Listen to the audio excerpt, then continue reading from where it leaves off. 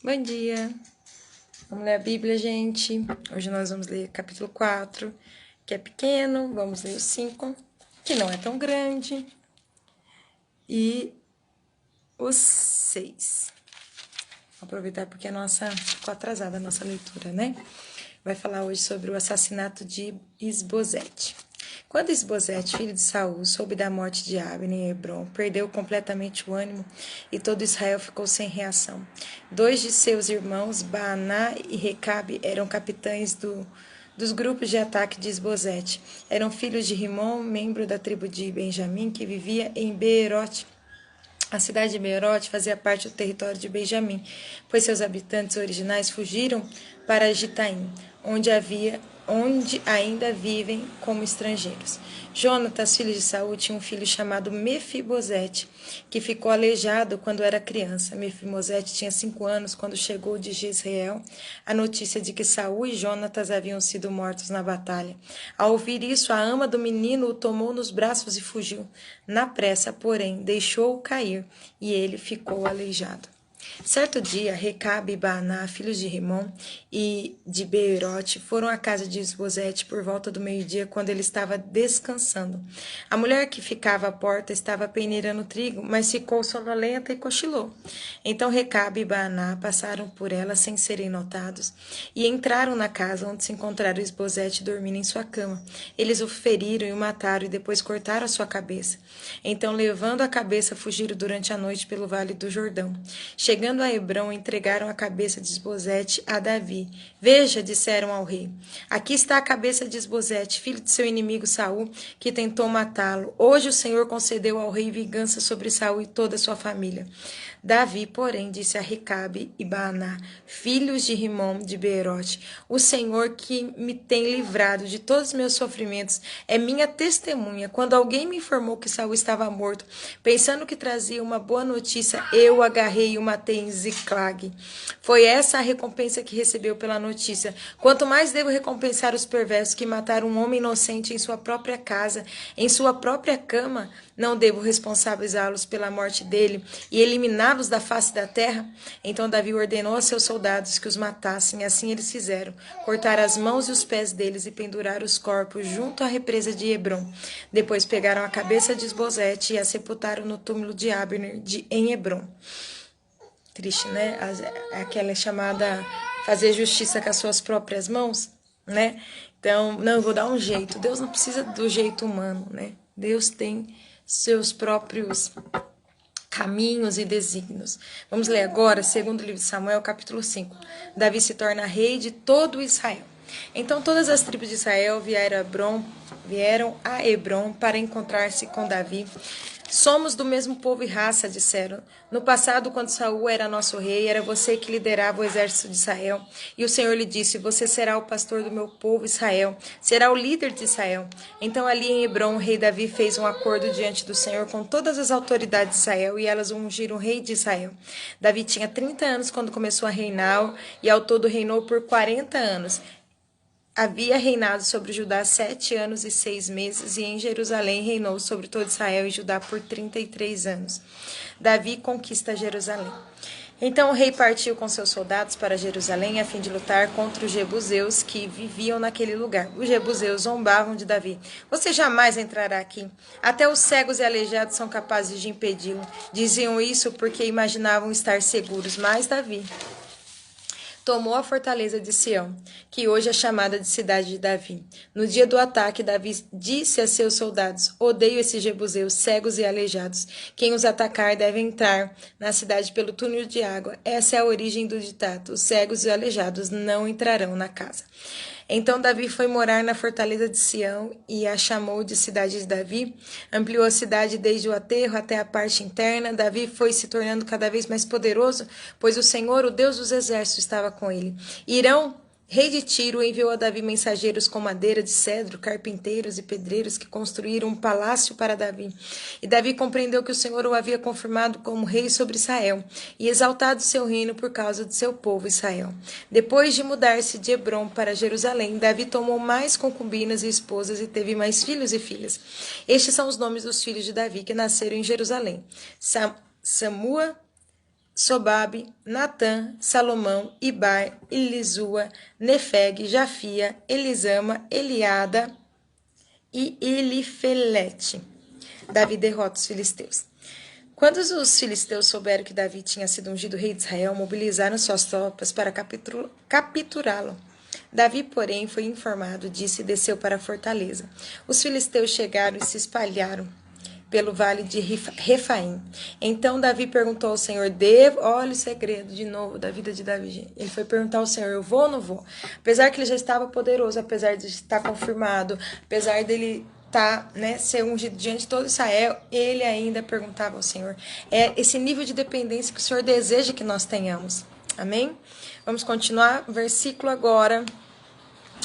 Segundo livro de Samuel, capítulo 5, versículo 19. Então Davi perguntou ao Senhor, devo sair e lutar contra os filisteus? Tu os entregarás em minhas mãos? O Senhor respondeu a Davi, sim, vá, pois eu certamente os entregarei em suas mãos. Então Davi foi a Baal-Perazim, e ele derrotou os filisteus, e exclamou, o Senhor irrompeu no meio de meus inimigos como uma violenta inundação. Por isso chamou aquele lugar de Baal-Perazim. Davi e seus homens levaram os ídolos que os filisteus haviam abandonado ali. Pouco tempo depois, os filisteus voltaram a se espalhar pelo vale de Refaim. Mais uma vez, Davi consultou o Senhor. Não os ataque pela frente, respondeu o Senhor. Em vez disso, dê a volta por trás dele e ataque-os perto dos álamos. Quando ouvir um som como de pés marchando por cima dos álamos, ataque. É o sinal de que o Senhor vai à sua frente para derrotar o exército filisteu. Davi fez como o Senhor ordenou e derrotou os filisteus por todo o caminho, desde Gibeon até Gezer. Gente, é o grande segredo da nossa vida. Ju, eu já enfrentei esse problema, né? Talvez você já teve depressão e agora, infelizmente, ela voltou, você teve uma recaída, algum trauma, algum impacto emocional que lhe causou isso. Não, eu vou fazer isso e vai dar certo. Isso aconteceu da outra vez. Não faça isso. Dobre seus joelhos, fale com Deus. Deus, mais uma vez, estou diante ou dessa doença, ou estou diante desse problema. Ou às vezes você está diante de um pecado mesmo que você recaiu, precisa se arrepender. Senhor, o que eu faço? Como eu faço? Para cada... Eram os mesmos filisteus, que Davi já estava há muitos anos, né? Lutando contra os filisteus, desde que começou ali com Golias. Mas, ainda assim, o Senhor vai dizer, ó, agora você vai por trás. Agora vocês vão... cada dia... É um novo dia, é uma nova estratégia. E essa dependência do Senhor que vai fazer de você um homem e uma mulher segundo o coração de Deus. Então, em nome de Jesus, gente, como a gente precisa aprender isso? Não faz no peito, não. Ah, Ju, ano passado eu preguei 50 dias. Mas todas as vezes, Senhor, eu preciso, Senhor. Que palavra o Senhor quer dar ao seu povo? Seja humilde. O Senhor, essa humildade que nós devemos carregar, essa dependência do Senhor. Não é porque funcionou lá que vai funcionar aqui. Né? E isso é querer manipular o dom que Deus te deu. Não faça isso, dependa do Senhor. Vamos encerrar agora no capítulo 6. A arca é levada para Jerusalém.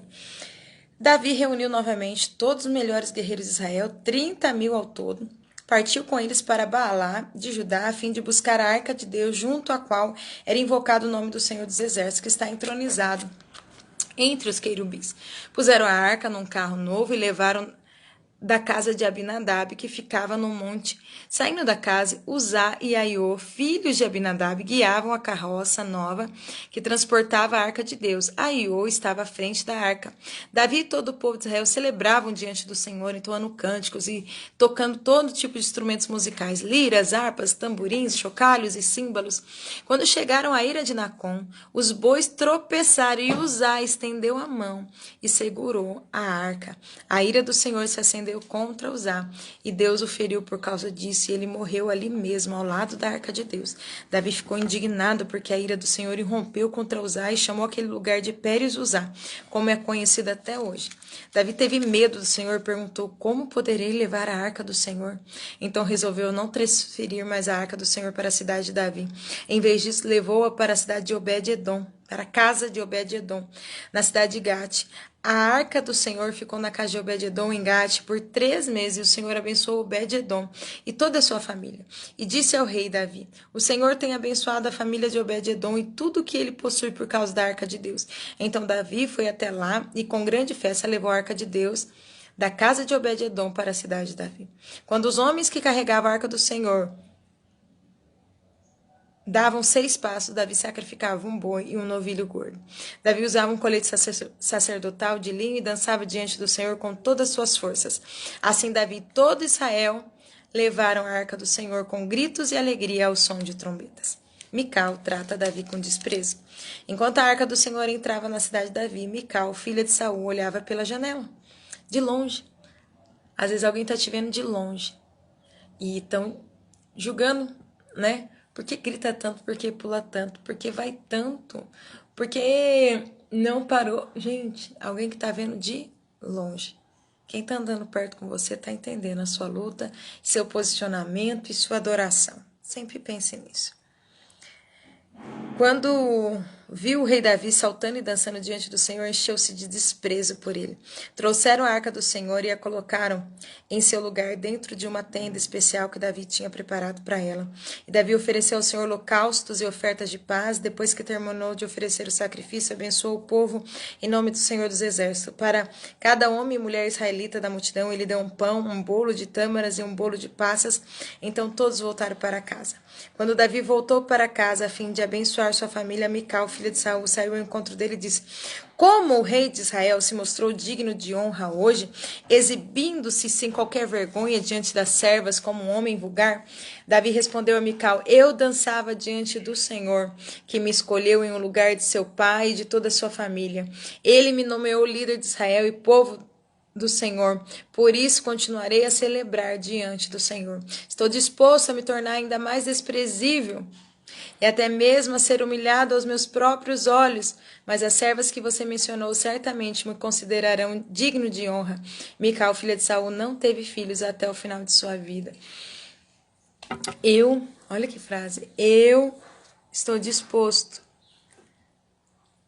a me tornar ainda mais desprezível, até mesmo ser humilhado aos meus próprios olhos.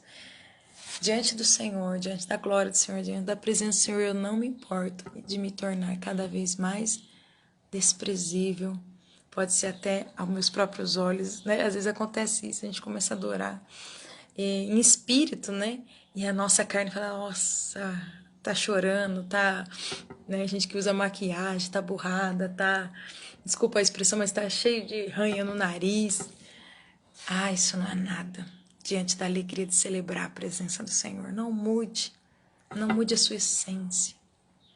Davi sabia o preço de ter a arca, porque ele ia às guerras. É muito sobre isso. Eu não posso afirmar, mas certamente Mical nunca enfrentou uma batalha, não sabe o que é guerrear pela presença do Senhor. Nós que estamos, né, buscando ao Senhor, guerreando contra nós, contra nossa carne, aquela sempre, quando nós, né, rompemos em adoração e percebemos que estamos diante do Senhor, nada mais importa e que isso esteja na nossa vida. Amém? Vamos orar? Abba, Pai, eu te amo e eu quero consultar ao Senhor em todas as minhas guerras, mesmo que sejam guerras repetidas, atividades repetidas, eu preciso do Senhor e eu dependo do Senhor todos os dias, todas as horas, para todas as coisas. Eu dependo de Ti para levantar, para cuidar da minha casa, para cuidar dos meus filhos, para ministrar o meu esposo. Eu dependo do Senhor para ministrar, Senhor, as pessoas, por Sua misericórdia. Eu dependo, Senhor, para ir, eu dependo para vir, eu dependo para pegar, eu dependo para cantar.